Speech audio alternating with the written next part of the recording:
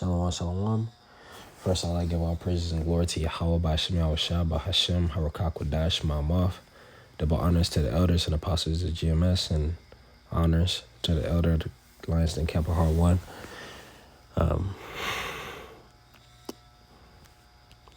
This is a part 1. It's a 2-part lesson, but this is part 1. And in the second part, I'm gonna hopefully get a clip. But this is gonna be titled the beauty of this walk. So this is John 17:9. I pray for them. I pray not for the world, but for them which thou hast given me, for they are thine, and all mine are thine, and thine are mine, and I am glorified in them. So the Lord said that he prayed for them and not for the world.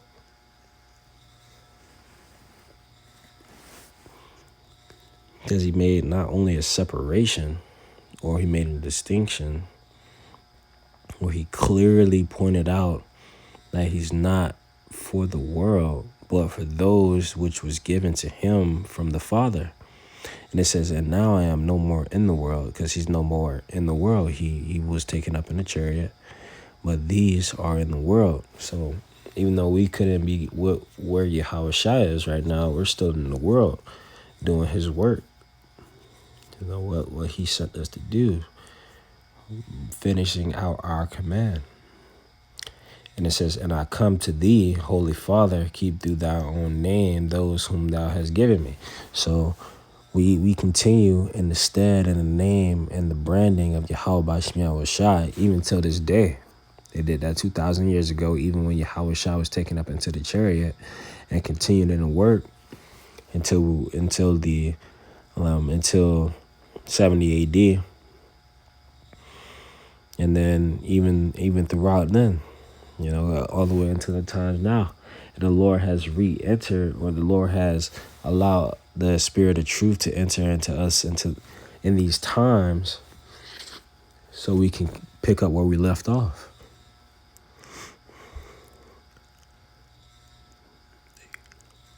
And it says, and I come to thee, Holy Father, keep through thy own name those whom thou hast given me, that they may be one as we are. While I was with them in the world, I kept them in thy name. God, always referencing the Father. And also as well, he also made a distinction. Yahushua always made a distinction from Yahweh, the Father, from himself. So there's no Holy Trinity. Yahushua is a God, but separate from Yahweh. It says that none of them is lost, but the son of perdition, that the scripture might be fulfilled. So that scripture had to be fulfilled, the son of perdition, so we can, so that prophecy can play out. So it can play out and things go according to how the Lord set it up.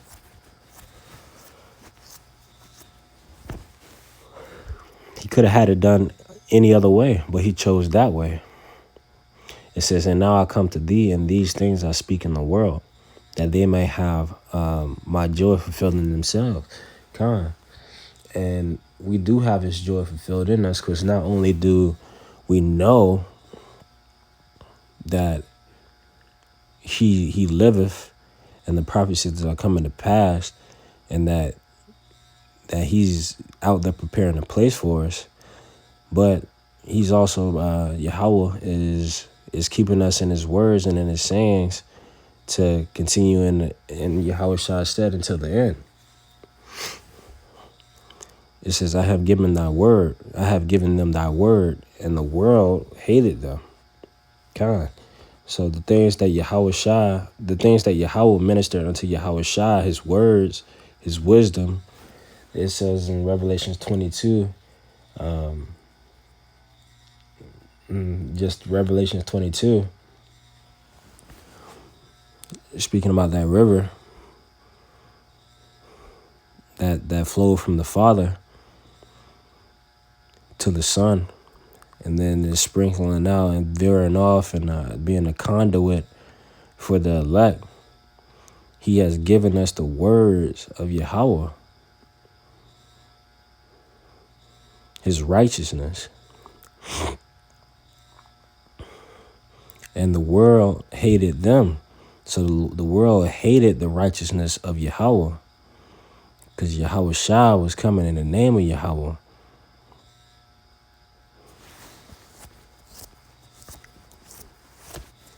Because they are not of the world, even as I am not of the world.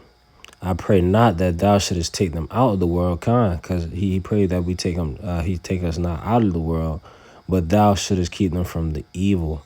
So so we continue to stand instead, continue to issuing our part and doing our part, but keeping us from the evil.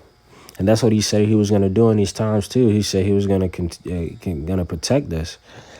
And it says, see not thou hurt the oil and the wine, meaning see not thou hurt his anointed.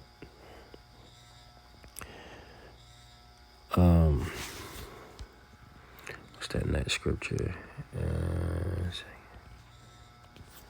Okay. God, man. So the Lord said he's not going to have us,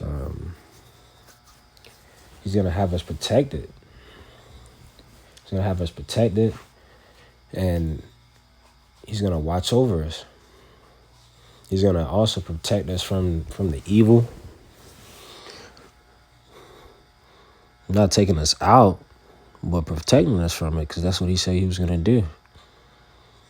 Because we still have to play our part. This is 2nd Ezra chapter 7, verse 7. The 6. Not 7.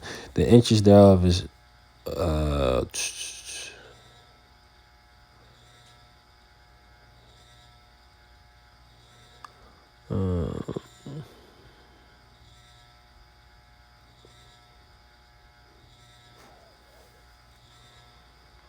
this is 2nd Ezra 7 and 3. And I said, speak on, my power.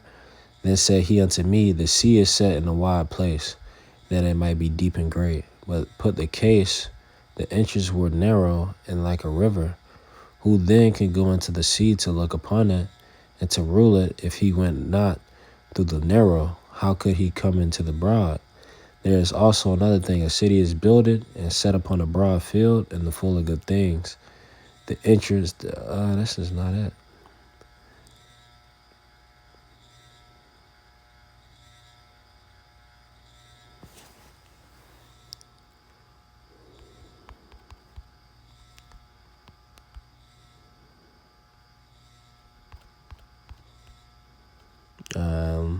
One second.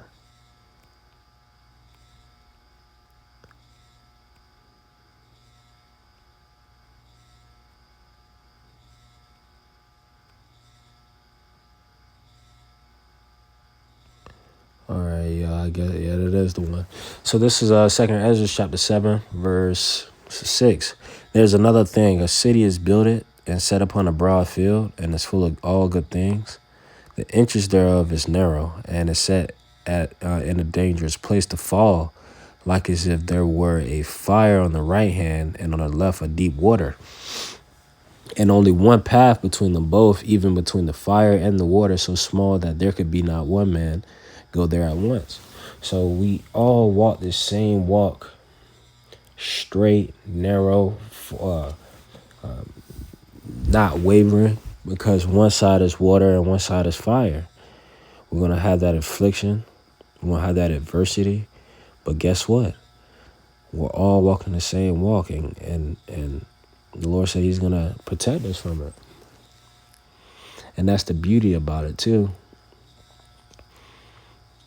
Because not only has he told us what we'll be going through, because of course we got things that we deal with according to the flesh, also mentally. spiritual battles too. All of it could be a lot. It could definitely be a lot. But the Lord said he understands, man. He understands. Yahushua did it. He went through the straits. He did it perfect just so we could have a chance. Even though we're not able to keep it 110%. Or 100, we may even be able to keep it 1%, 2%, 5%, 10%. But if we're trying our best to, because it's a narrow road, man. It's a narrow path. It's like if you ever drove down a road that's sketchy as hell, and there's potholes on both sides of the road, and it's one way you can go. You waver off, you may mess up a tire on some more stuff, man.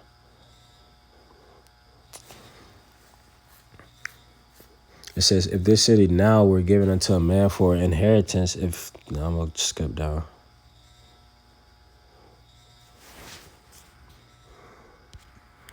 And I'm going to go to the next one. Come on, man. So, and let's get this on Matthew 13:44.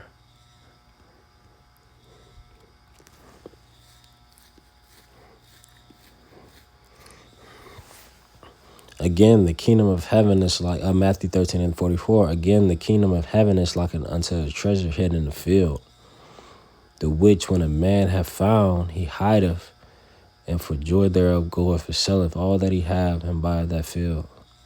Again, the kingdom of heaven is like unto a merchant man seeking goodly pearls, who when he hath found one pearl of a great price, when he sold all that he had and bought it. Right? Again, the kingdom of heaven is like unto a net that was cast into the sea, and gathered of every kind, which when it was full, they drew the shore, and sat down and gathered the good into vessels, but cast the bad away. So shall it be at the end of the world. The angels shall come forth and sever the wicked from among the just. So the Lord is describing or giving you examples, or what would they call them? I guess you would say metaphors or examples of what the kingdom of heaven is like.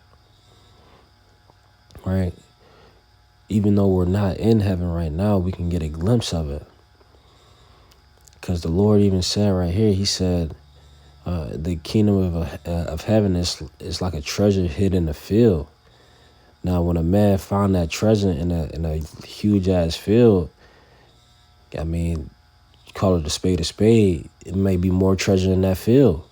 So the dude went to go sell all that he had to get to buy that whole thing, to get more treasure from that field. It's the same way how the kingdom of heaven is.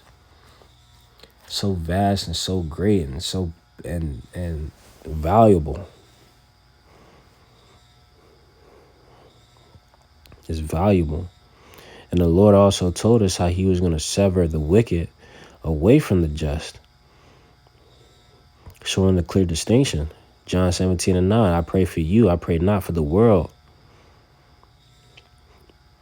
Because thine are mine, and mine are thine, and thine are mine. So that's what the Lord is going to do. And it says in verse 50, and shall cast them into the furnace of fire. There shall be wailing and gnashing of teeth. So the Lord is he's going to, what did he say in Revelations 18 or 14? With the scythe. Oh yeah, he's gonna scythe the wicked. His sickle, thrusting his sickle. Salakia. He's gonna thrust in his sickle with the wicked. All right, but that's part 1 to this lesson, man. I wanted to make a part 2. I was gonna probably read a article, but I have it. I'm just gonna bring it up in a part 2. But I hope this was edifying, and shalom.